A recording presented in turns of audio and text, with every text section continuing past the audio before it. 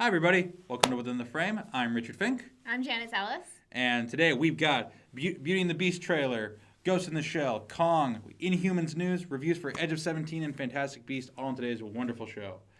First things first, let's get into that AZ film news. We got the Film Bar, Arizona Filmmaker Showcase, obviously coming up at the end of the month. That's a tradition here that we like to promote. Mm-hmm. And then actually happening tomorrow night, Arizona Productions Association Ladies Film Night out, where they're going to be featuring a lot of films and shorts where women had a huge part in making them or acting in them. So go ahead and check that out. Which is definitely needed. Yeah. We also have local actor Sean Dillingham will be guest starring on Brooklyn Nine-Nine on the episode The Overmining, which airs on December 6th. Sean, congratulations! It's pretty big. That's a very big deal. Big show like. Yeah, it's awesome. I love to see Arizona talent, being on well-known shows and movies and stuff like that. You live vicariously through them. You're like, They were from here, so that means I'm on that show. Yeah, and we'll talk about Edge of 17 later, but even an Arizona actress was in that show. Yes, movie. We'll definitely get to that one. Bus Rider Tales had its premiere on Wednesday. Guys, check that out. We've talked about it a little bit on the show before. It's a feature-length film, which is a feature-length film that is actually made up of a bunch of short films, so it's an anthology. Think of it like Paris Je t'aime, that movie that came out in 2006 that was done by a bunch of different directors. Shorts that made up one big film. Mm-hmm. And then our last bit of Arizona film news is Car Dogs. They mentioned they've been promoting that they're going to make a huge announcement today. As far as we know, they haven't made that announcement yet. So if you want to stay tuned on that, go to their Facebook page and check that out. And Jenna, you worked on Car Dogs, didn't you? I did. Yeah. I was the art assistant, or one of the art assistants. You've come a long way, haven't I you? know. So now we got the AZ film news out of the way. Let's go into the mainstream entertainment news. We've been off for 2 weeks for Veterans Day and whatnot, so a lot dropped. The first one we're going to talk about is the Inhumans television show. Yes, Marvel Studios have been developing an Inhumans movie for a while. It was originally part of their Phase 3 slate, but it got pushed back when they announced Spider-Man and Ant-Man 2. And there has been a lot of rumblings about where we're going to see the Inhumans movie ever happen, maybe Phase 4. They had done all this build-up on Agents of S.H.I.E.L.D. with the Inhumans mythology, and it looks like we're not going to get a movie, but we're going to get a TV show. It'll air on ABC next year, and the special deal about this one is that it will be shot with IMAX cameras and will air the first 2 episodes in IMAX theaters 2 weeks before its release on ABC. Isn't that interesting? Has that ever happened before? I think they aired 2 episodes of Game of Thrones on IMAX. Really? Yeah, that was a big deal. I forgot what episodes it was, but a lot of people went to go see it. Oh. And now they talk about them airing the final episode of Game of Thrones on IMAX also. So that's awesome. I think this is big news for Marvel. It also, for me, actually kind of basically says that the movies and television will no longer be they're not going to connect or cross over pretty much at all, because now they're basically run by 2 separate studios. 2 heads run them. And, the movies will haven't acknowledged the television shows at all.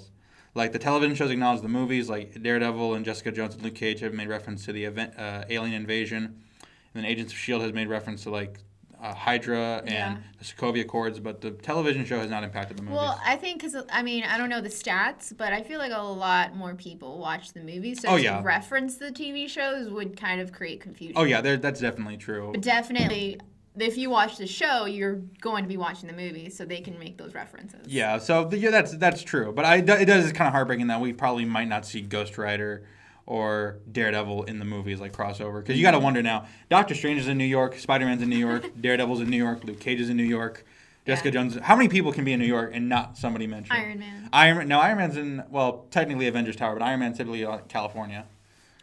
Stark Tower. Stark Tower, Avengers Tower now.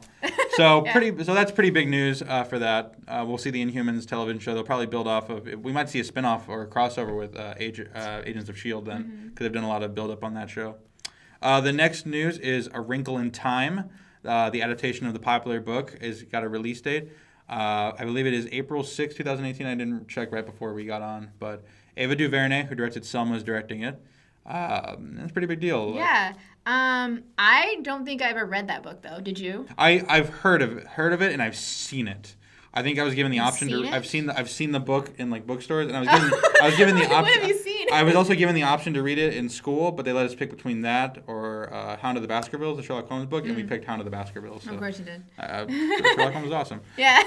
So very big news. That'll be a big film, a fantasy film for Disney. That's really cool. And I like Ava DuVernay. She did Selma, and then that was her first director's debut, right? No, it was her second film. She did a film before that, a much smaller film, but Selma was her second. Really? Film. Yeah. Oh, okay. But then she was like a publicist beforehand, and so it was really interesting to see her break out in like I don't know how people are gonna react to like The Wrinkle in Time. Hopefully it'll do well. I mean, Disney's behind it, so Disney's gonna market that. Right. Hopefully it does better than the BFG did. Yeah, so I would see that. It was good. You should check it out. The next news is Gavin O'Connor, the director of The Accountant, which Janet saw and reviewed, has teamed up with Paramount and is doing a reboot of The Green Hornet because Sony lost the rights. Sony made a film version in 2011 with Seth Rogen. Then they lost the rights, and Paramount picked up the rights, and now they're doing a reboot. Gavin O'Connor described it as kind of a grittier, darker version. Janet, how do you feel? The Green Hornet, from what I know of, I mean, I just know the Seth Rogen version. I don't know anything about the comics or anything like that. It was disappointment. It was I'm like a huge fan of Seth Rogen, and just to have seen that was like, what? So to know that they're doing like a reboot, it doesn't really excite me. I'm not even sure why they're doing it. Because Paramount needs a franchise, and Star Trek and Ninja Turtles underperformed. So. But you would think, I don't know. Like, I actually loved the Seth Rogen Green Hornet really movie. did? I saw that movie 4 times in theaters. That's how much I loved it. Wow. And I bought the Blu-ray the day it came out. I think it's super funny and actually really underrated. As far as superhero comedies go, I like Green Hornet better than Deadpool. And if we have watchers... You're like the only one. I'm the only... Not even Seth Rogen. I don't think Seth Rogen even likes the Green Hornet. I know. He's like, every time they interview him and they bring that up. If Seth Rogen is shamed. watching this right now, he's like, who's this ass? But yeah, I really liked it, and I always wanted a sequel. I knew I wasn't going to get a sequel, but I just liked that it was sort of this like 90s action comedy movie, like kind of like Rush Hour. And I always wanted to cross over 21 Jump Street. I thought it would have been funny to cross over 21 Jump Street and Green Hornet because they have like, there's the same studio, same similar vibes and whatnot. But we're getting a 21 Jump Street and Men in Black. See, Green Hornet makes more sense than Men in Black. None of it makes sense. It makes perfect sense. But anyway, we'll keep you updated on that one. She obviously, you know. So next, the Croods. The Croods. Yeah, Croods. I didn't see the first one. I didn't either, but and you're not going to see the second one. Yeah, you're not going to see the second one. The Croods, which opened in 2013, was a pretty modest hit for DreamWorks at the time.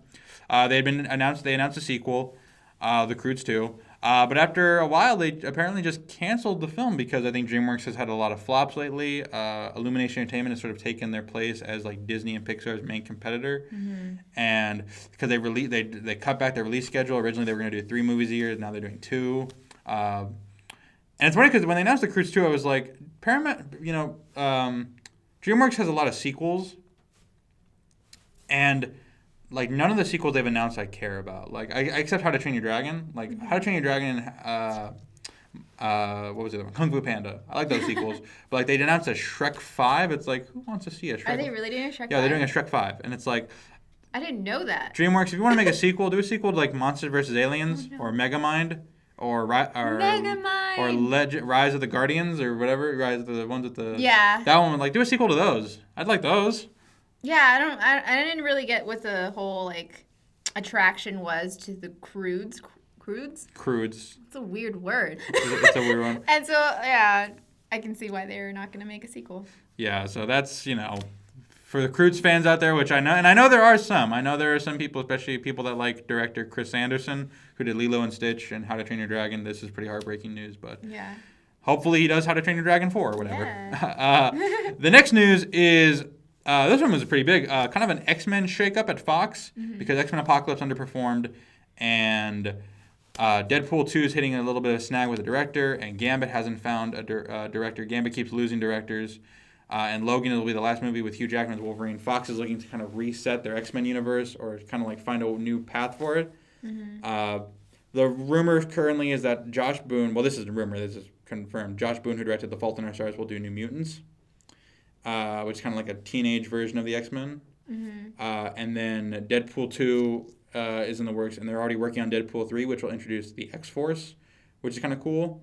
And then Gambit they're still working on. And they're working on a script to get Michael Fassbender and James McAvoy and Jennifer Lawrence back for a new X-Men movie. Bryan Singer will not return to direct, though. And yeah, just a weird place to find the X-Men films because, Marvel has a pretty concrete plan. DC seems to be going forward still with their plan. But Fox doesn't know what to do with the X-Men. Yeah. And, do the X-Men still have a place? It's a little weird. I mean, obviously knowing that Logan's going to be the last Wolverine movie, Wolverine is like the staple of X-Men. Yeah. And then, like we were talking about before. At least for the films, yeah. Yeah. And as we were talking about before, even Jennifer Lawrence, you kind of seem like she really doesn't want to be. She doesn't want to be there. I don't want her to anymore. Fox, if anybody's watching this, and I hope that everyone at Fox is watching this, I assume everyone at Fox is watching this, you can bring back McAvoy and Fassbender, but we don't need any more Mystique. We're done. We've had our fill. You have a large cast of mutant characters we'd rather see. So yeah. I love the X-Men films. I've gone on it before, so I won't go on it too much. But it's gonna be weird that to think that they started 17 years ago, or 16 years ago, and the fact that they've pretty much stayed the same. Yeah, and like obviously right now they're going through like a huge transition, so we'll see what happens next. So yeah. So next, we have some Harley Quinn and Birds of Prey Twitter news. Actually, it was not Twitter. They misspelled writer. I'm like... The writer of the we finally got a new writer for the Harley Quinn Birds of Prey movie. They announced that they were doing a Harley Quinn spin-off film, and that would feature a lot of the female characters of the DC universe, which anyone who reads the comics knows that means Birds of Prey, like Barbara Gordon. That sounds just like Taylor Swift's music video. Bad Blood? Yeah. I'd say, if they don't play Bad Blood, there will be riots, and they will be started by me. But the writer is, I don't remember the writer's name, but she's kind of a up-and-coming screenwriter. She just finished writing the script for the Transformers spin-off Bumblebee. Mm-hmm. So obviously they have a lot of people interested in her. DC has to get a hit soon because they've so far struck out with, they've sort of struck out with critics, obviously, 3 times, and fans are here or there about them, so yeah. I think it's kind of good news though, because more female representation, especially because DC has a very wide array of strong women characters, interesting women characters. So I'm excited for that. Yeah, that's awesome. You don't really have anything else to say to that? Just it's awesome. Well, I don't know too much about DC, as you guys have probably remembered. You don't? That I thought you were a huge comic book nerd. I'm not a huge comic book nerd, and I'm definitely not a huge DC nerd. But I like Suicide Squad. I think I was like one of 5 people. And really? That's not what my Facebook said. My Facebook said I was the one of 5 people who hated it. I don't know. But yeah, Harley Quinn seems, like... I liked her. She's crazy though, but I'm excited to see the film that they make from her. I think everyone's just happy to have more Margot Robbie in their life. That's true. The world's a better place because she's in it. All right, trailer news. The big one that dropped was Beauty and the Beast. This trailer was so big that it broke its last teaser trailer's record for the most watches in a single day, which had previously beat 50 Shades Darker and the Star Wars The Force Awakens. That's a lot. That's a lot. And even lot. On my Facebook feed, it wasn't just like the official trailer being shared, but it was like a whole lot of different people that downloaded it and shared it. Like, I don't even know how they got all those stats. It's because it's a big deal. Like, Beauty and the Beast is like one of the most popular and beloved films of the 90s. And like now everyone who grew up with that now gets to see it brought to life, and then they get to bring their kids to it. But can we just talk about that teacup though? You didn't like the teacup? Yeah, she looked Miss Potts and then Chip. They looked creepy. Yeah, like the character designs are certainly interesting. Like Lumiere, I feel like it's gonna take me a long time to get used to. Same with Cogsworth. I like their voices though. Like Emma Thompson. Yeah, their voices are good. Like they all sound right for their roles. I think. You know what I liked about the conceptual design for the trailer is that it looks very detailed, but it also looks sort of fake, which makes it look like a storybook. And I like that it looks like a storybook. Unlike Jungle Book, which tried to go photorealistic. Right. This one looks, it obviously isn't hiding that it's a set. Well, it's just, I don't know, it just really weirded me out. Like, because in the cartoon, Mrs. Potts' nose is her handle. And then in this, it's like on the side of her face, and it's just like, looks like her face is weird. I don't know. I'm going to have some issues getting used to that. It'll take a while. But I think overall, I think we all like the trailer. It looks very beautiful. So Beautiful. I think Emma Watson was born to play Belle. I know, right? She looks just like her. She looks just like her. And Gaston? oh my, Luke Evans as Gaston is the coolest thing ever. He says one line in the trailer, and I'm like, I'm sold. Yeah. Take my money. But yeah, so Beauty and the Beast, we're both excited. Mm-hmm. Next one, Maybe though. not as excited as the rest of the population. Like, I feel like so many people shared it. They were so freaking excited, and I'm just like watching. And I'm like, yeah, it's good. Okay. Yeah, I woke up and I was like watching. I was like, oh, this is really cool. I wonder how everyone else is gonna respond. The world lit up. It was what everybody needed at the time. Yeah. The next trailer, though, you and me are kind of split on, though, and that is Kong Skull Island. Janet, what do you think of Kong Skull Island? I'm excited for it. It looks epic, and I like epic, and apparently Richard doesn't. I like epic. Okay, because I love the original 1933 King Kong, which is why I loved the 2005 remake, because it was very close to that spirit. This feels like, in tone and style, more like the 70s Kong remake, which I didn't like, and even down to the design of Kong. And Kong is a gorilla, and I know you can take liberties with character designs because it's fantasy, but a gorilla walks with his knuckles. He is standing upright, and he looks more like a chimp. That is not King Kong, and also it looks more like it looks like a Godzilla film, which is, obviously they're trying to do. No, it doesn't. Because here's the thing, and the King Kong is at its core a love story. That's always been its thing, is a Beauty and the Beast. Yeah. And it looks like they've taken that out of it and just have made a giant monster movie. I mean, it's hard to tell what the movie's going to be like from a trailer. Yeah, you're right. It's hard, but... But it's, like, just the idea, like, the way they made the island look, the story... Actually, I don't even like the island. Really? I don't like the way the island looks. It looks cheap compared to, like, the Peter Jackson one. You didn't even like the humor in the trailer? I didn't really laugh at the trailer. Like, I think I laughed at one part with, like, John C. Reilly. Like, the part where he, like, says the thing out loud, and he's like, what do you call him that? It's a stupid name. But, like, the little tag at the end, I was like, didn't find it funny. Okay. What about, like, the monsters from underneath? It doesn't look as cool as the T-Rexes in the 2005 one. And again, I'm going to give it a chance. I'm going to go see it. But just currently what I've seen right now, it's like I'm not interested. Doesn't really pique my interest. I just really like the line where, I'm going to not quote it correctly, but he was, one of the characters says, like, yeah, you're going to piss someone off if you're just bombing their house. Yeah, Tom Hiddleston says that, yeah. Yeah, and I was like... That has so much more meaning to it than just this trailer. And so that's why, that plus how awesome it looks, the set design. I'm not a big fan of the color. About the gorilla. I'm not a big fan of the color grading either. I don't like the orange look. Love the island. I thought the island, Skull Island. You picture something. It takes all the mysticism out of in the original and the 2005 one.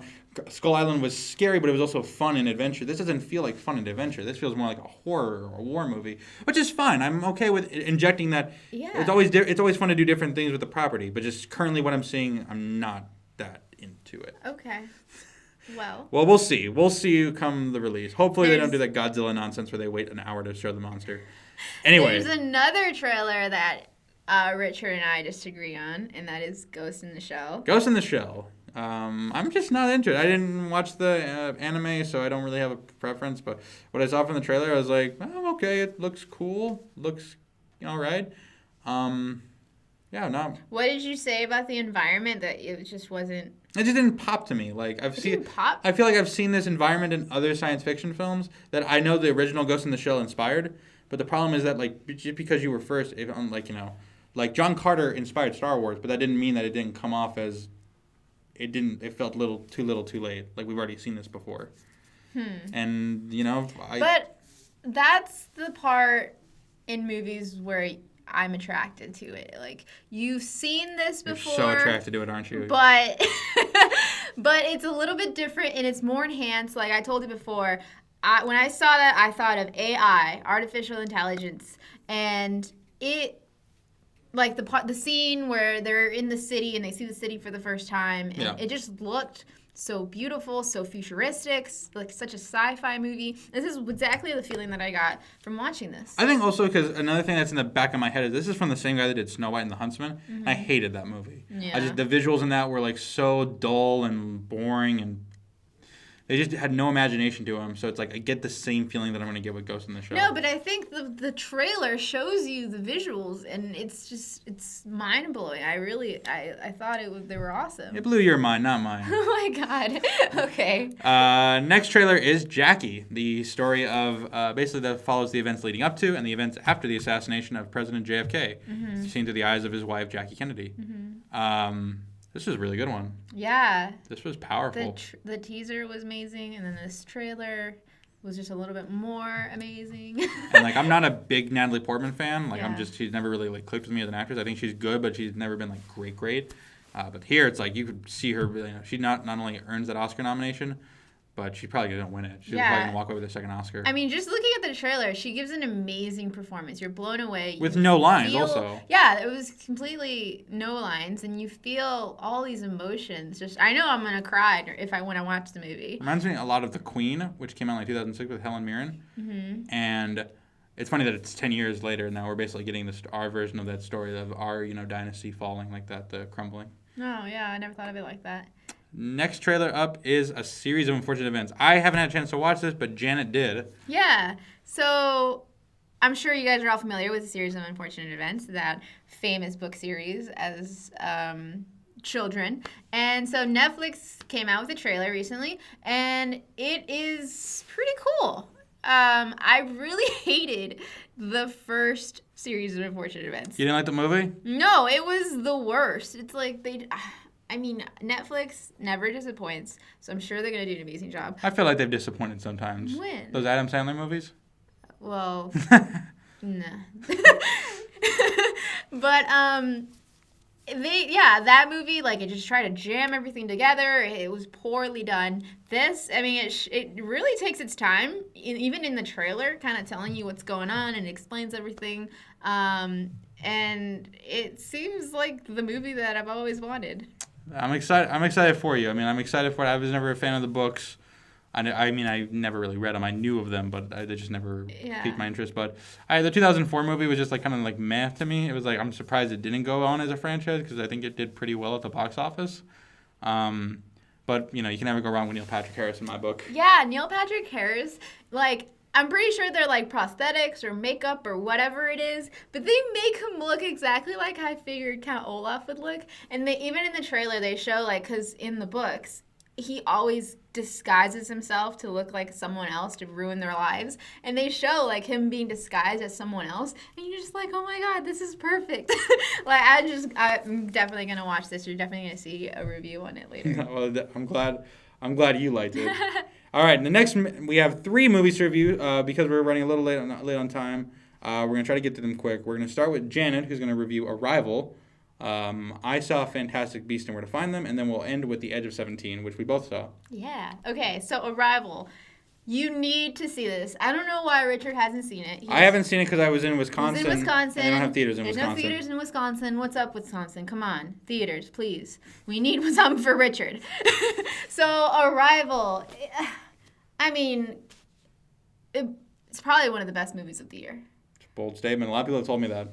Yeah, and they're not wrong. I don't want to spoil it, because honestly, if I say more than what you've seen in the trailer, it's going to spoil it, because it starts off as a very kind of, almost like, it feels like Independence Day, like there's aliens, they're on 12 different parts of the world, people are trying to see what they want, try to communicate with them, and countries are communicating with each other, and then something happens, and I don't want to spoil it anymore, because it's really like, you need to think about it, you need to really engage with it, but the performances are amazing, the story is amazing, it's just like, it has a theme that I think the world really needs right now, and so you guys go watch it. It's funny that you say that, because that's how I feel about Fantastic Beasts and Where to Find Them. That it's a theme, and I think a movie that I think a lot of people need right now. Mm-hmm. It's obviously the spin-off / prequel of the Harry Potter franchise. And I'm a big Harry Potter fan. I'm a really big Harry Potter fan. I read all the books, saw all the movies. So going into this one was interesting because there was no book for me to read beforehand. So it's like I had no idea where the story was going to go. And I want to just J.K. Rowling as a writer is amazing. The amount of twists she's able to put into a story, and you not see them coming. Yeah. Because by now I feel like I should see them coming, and there were moments in this movie that really shocked me. I was like, oh, no. But yes, Fantastic Beasts and Where to Find Them does what Star Wars and Lord of the Rings couldn't, and that's make a good prequel. Because you don't have to have seen any of the other films to enjoy this movie. You can come in new, and it's a brand new adventure, brand new characters, very slight references to the other characters, like, Dumbledore and all that. But you don't need to have known that. It's just, it's a little fun little Easter egg. It doesn't distract from anything. It's not over the head like some prequels or callbacks do. Yeah. And it's just so much fun. Like, this movie feels like a movie that's going to be on a lot of people's Christmas list, like wanting to watch every year at Christmas, because it feels like a Christmas movie. Oh, that's good. It looks like something, it looks like old-timey Turner Classic Movies, fun vibe. And it captures, like, the fun, whimsical adventure of the early Harry Potter films with, like, the dark, serious, political, social commentary of the later films. So it's, like, the perfect blend of all of them. That's awesome. Eddie Redmayne does a really good job as Newt Scamander. He's almost like kind of like a Doctor Who version. It's like kind of like Doctor Who and Pokemon rolled into one, which is fun in that Harry Potter universe. I'm totally cool with that. And Colin Farrell. We need to talk about Colin Farrell, guys. We don't deserve Colin Farrell because we don't appreciate him enough.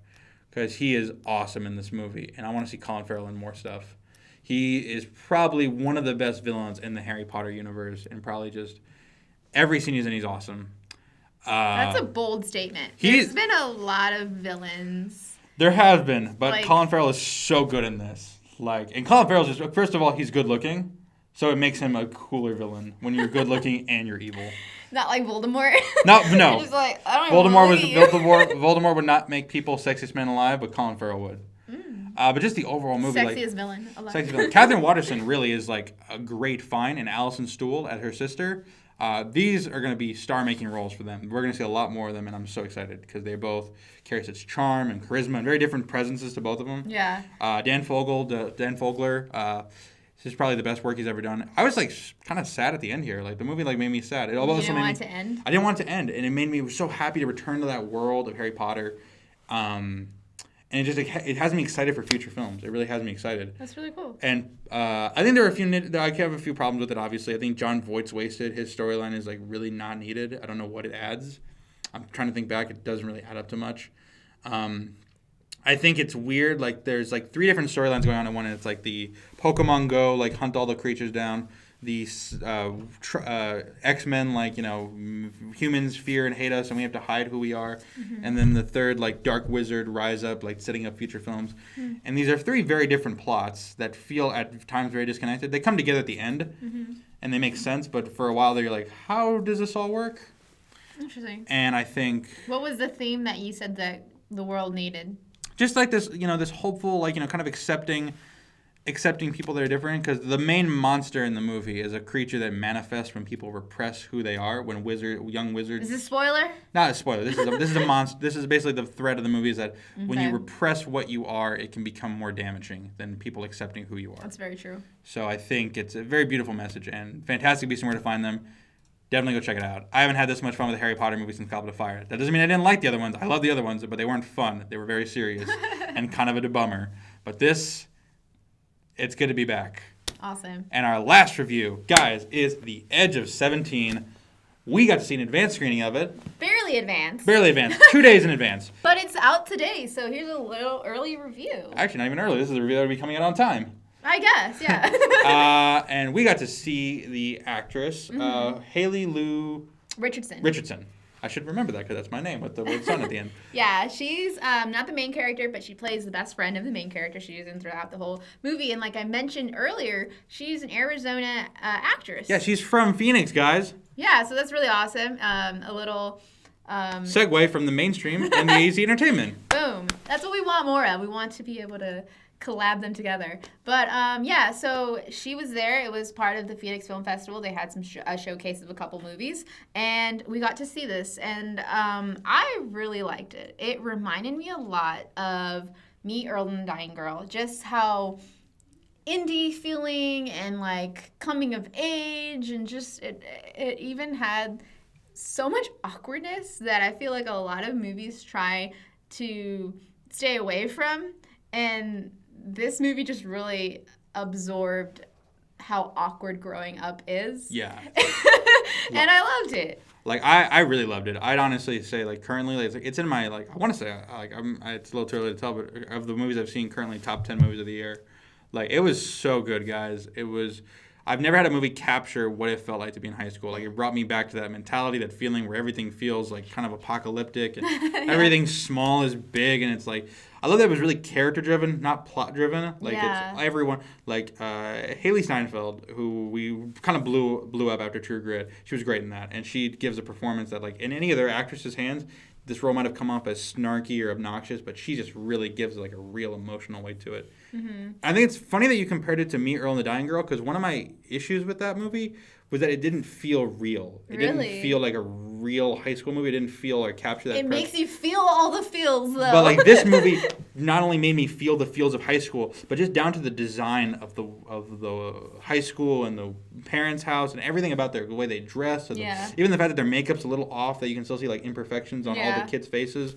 It felt real. Like this felt genuine. And it was, I mean, it was genuine. It was hilarious, and it also just it was kind of emotional at times. It was really like, there's an end scene, end monologue that had me like kind of tearing up a little bit. Even in the beginning, I mean, one of the inciting incident is kind of an emotional scene. Yeah, the fact that we're that invested by that point in the movie is really says something. That we've only been on for like 5 minutes and we were already like so invested. Yeah, and then the teacher, Woody Harrelson. He does an amazing performance. He's the character that really brings the movie together. He's the guy that when you're growing up, you go to him for help. But surprisingly, he doesn't really seem to give a fuck. Yeah, he doesn't care. And let the record show, I want the world to know that she was the one who cursed on this episode, not me.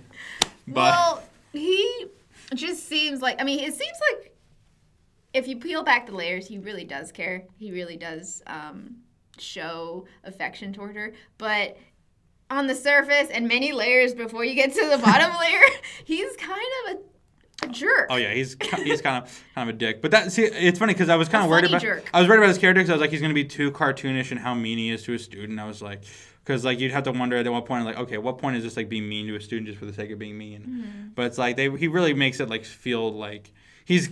It's almost like he pokes fun at her, but she knows it's in like they both poke fun at it, so they both know it's in good humor. Yeah. And sorry. I was just gonna say I want to give a shout out to Blake Jenner, who he got his start on like he won a role in Glee from doing the Glee project, and he's married to the actress who plays Supergirl, and he was. This has been a really good year for him because he was in that movie Everybody Wants Some, which more people should see that because that movie was great, and this movie, and I feel like this is gonna do wonders for his career. Ideally, he's like my number one choice to play the Human Torch if Disney ever gets the rights to the Fantastic Four back. Mm-hmm. He's got that charm and that swagger and that charisma. Like I want to see more of him. And then Haley Lee Richardson, who we have to talk about, she was so good in this movie. Yeah. And she was like when we got to see like a Q&A with her afterwards, she was so sweet and charming. Yeah. I hope to see more of her in the future. Same. So Edge of 17, guys, you should definitely go check it out. I know because of Fantastic Beasts, you might miss it, you might fly under the radar. And this is a movie you might catch on cable sometime later, and you're going to wonder, how did I let this pass me by? You really should check it out. If you've got the extra time, the extra money, seriously, go check out all three of these movies. This is the first time we were able to say good things about all three movies that are coming out. And also opening this weekend, guys, is the Miles Teller boxing movie Bleed for This, as well as Moonlight and Loving are opening in wider release. We'll have reviews for those as soon as we see them. Definitely going to see Bleed for This. I definitely want to see Moonlight and Loving. I want to see Bleed for This just because my boy Miles Teller. So, guys, thank you for tuning in. Janet, where can they find you at? You guys can find me on YouTube at My Road to Hollywood or Twitter at JanetSalas93 or Instagram at JanetSalas. And you guys can find me on Twitter and Instagram at RLFink94. And, guys, please, if you like this episode, subscribe to us. Check us out on Facebook. We're posting movie news constantly, local news. Follow us on Twitter, follow us on Facebook, and subscribe to the channel. And guys, thank you for watching and staying within the frame.